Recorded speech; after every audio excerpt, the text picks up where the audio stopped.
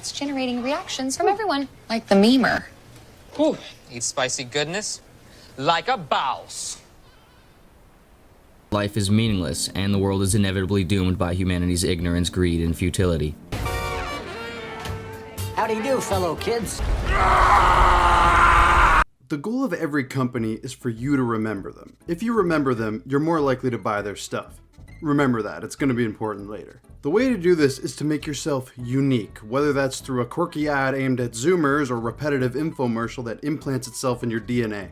As a company, your goal is to develop a method to get your product into the brains of the masses. Sometimes, these marketing strategies get so massive that they become the new norm. We associate viral ad campaigns with the internet age, but these tactics go back years. An early example of this is the Camel cigarette brand. In 1913, they attempted to set themselves apart from other brands. Usually, cigarette ads back in the day would look something like this. Then Camel comes around and makes this. It's literally just a picture of a camel with the text camels. This looks like a modern meme, but it's from 1913. Now, what do these three have in common? You'd never be able to tell that they were for cigarettes. These were released incrementally with no context, which created a buzz about them. People were trying to figure out, what is this about? Camels? What? People probably didn't even know what camels were because this was your average person back in 1913. I don't know what this is, but I want it. Then they released them. Soon enough, they passed all the bigger brands and established themselves at the top. Now this was over 100 years ago, so you'd think that companies would be smart and find new ways to innovate themselves, market themselves. And in some ways, you'd be right.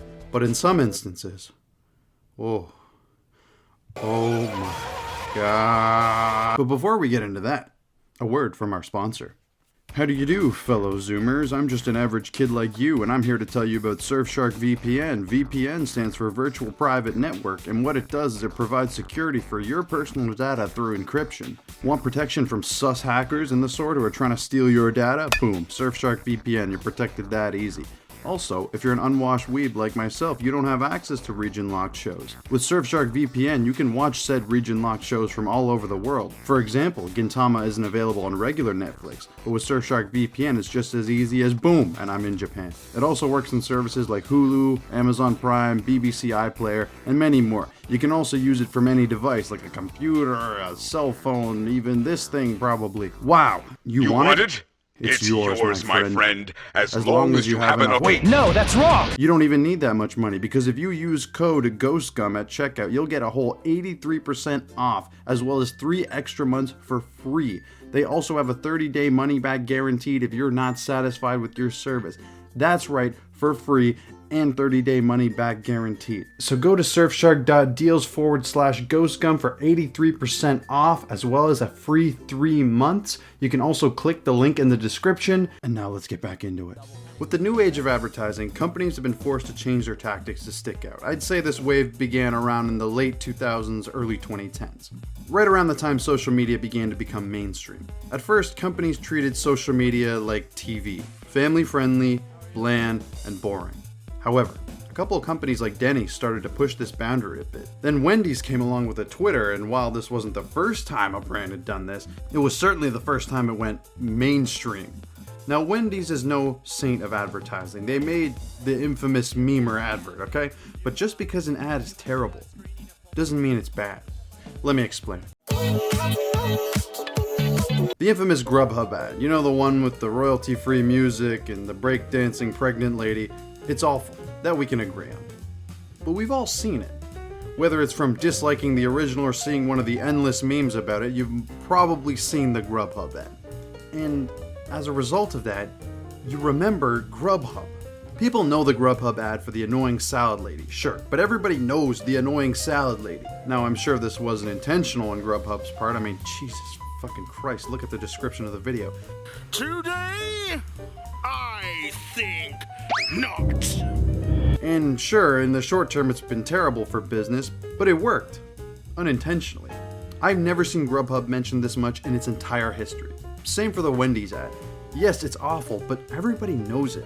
What about Mafia City, an app with ads so goddamn terrible that it got some random Swedish guy nobody has heard about to talk about it? People will remember these ads for their fame and infamy, but in my opinion, The best ads are the ones that are intentionally funny, like the Old Spice Terry Crews ad, or my personal favorite, the Dairy Queen I give you fire, you give me rock ad. I give you fire, you give me rock. Good deal. For those looking for the context of this ad, I'm not gonna tell you because it's funnier that way. Whether they're funny because they're ridiculous or funny because my sense of humor has devolved into thinking this is funny. Attention parents and grandparents of young children. Have you received this special notice from Gerber Life? That's not important. The companies who play into it also get extra bonuses for not only keeping themselves relevant, but winning over the hearts of the public for being good sports. Like, look at the Resident Evil mommy. This is the greatest day of my life! People just lost their fucking minds over this, and what did it do? Created a buzz for the new Resident Evil game on Twitter. But come on, these people aren't trolls, they're just have good taste. And maybe a bit of an Oedipus complex. I think most people can agree, though, that the worst type of ads are the ads that try and tug at your heartstrings. The world is a mess. Children are starving. People are more divided now than ever. It's not fucking funny when you get my fucking Jesus shirt wet. Change is needed. Introducing the new car from Nissan. Buy it, dumbass. These ads may work for rescue dog commercials, but they don't work when the company is selling diabetes in a can. Drinking carbonated corn syrup is so good. Remember the Pepsi ad with Kendall Jenner? I mean, fucking of course you do. This was the shit back in the day. This ad was so inoffensive that it became offensive. The ad pissed off so many people that they deleted it after spending what I'm assuming was wads and wads of cash on it. Ironically, it united people in their mutual hatred for Pepsi.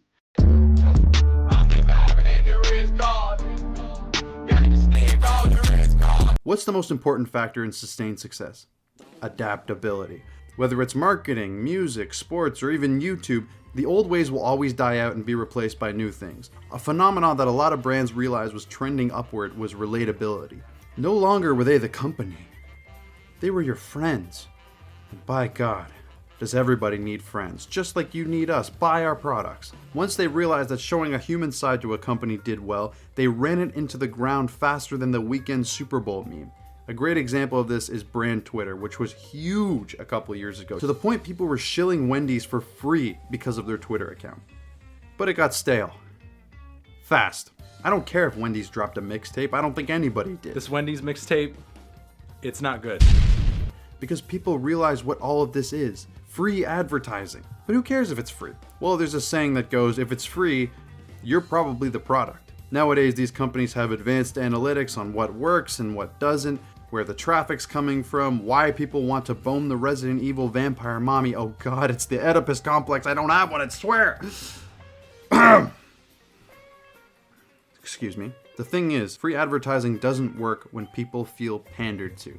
This Kroger ad is terrible. I don't know many people who debate that. But why is it terrible?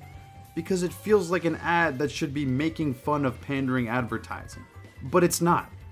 It's just fucking pandering. The only good thing to come out of it was the memes, okay? And that begs the question, do we want to be pandered to? Well, obviously no, but if you give me a choice between a generic, family-friendly, boring, run-of-the-mill ad, or something like this, I'm gonna take that acid trip every single time. I'd even take some awful ad like the GrubHub ad over some generic ad, because at least I can gawk at this one a bit. But what has been the consistent thing in this video? Nothing? Close, but no. I remembered all these brands when I was writing this. I mean, obviously I knew Wendy's and Resident Evil, but what the fuck is a Kroger? Isn't that the lead singer from Nickelback? Wait, is it?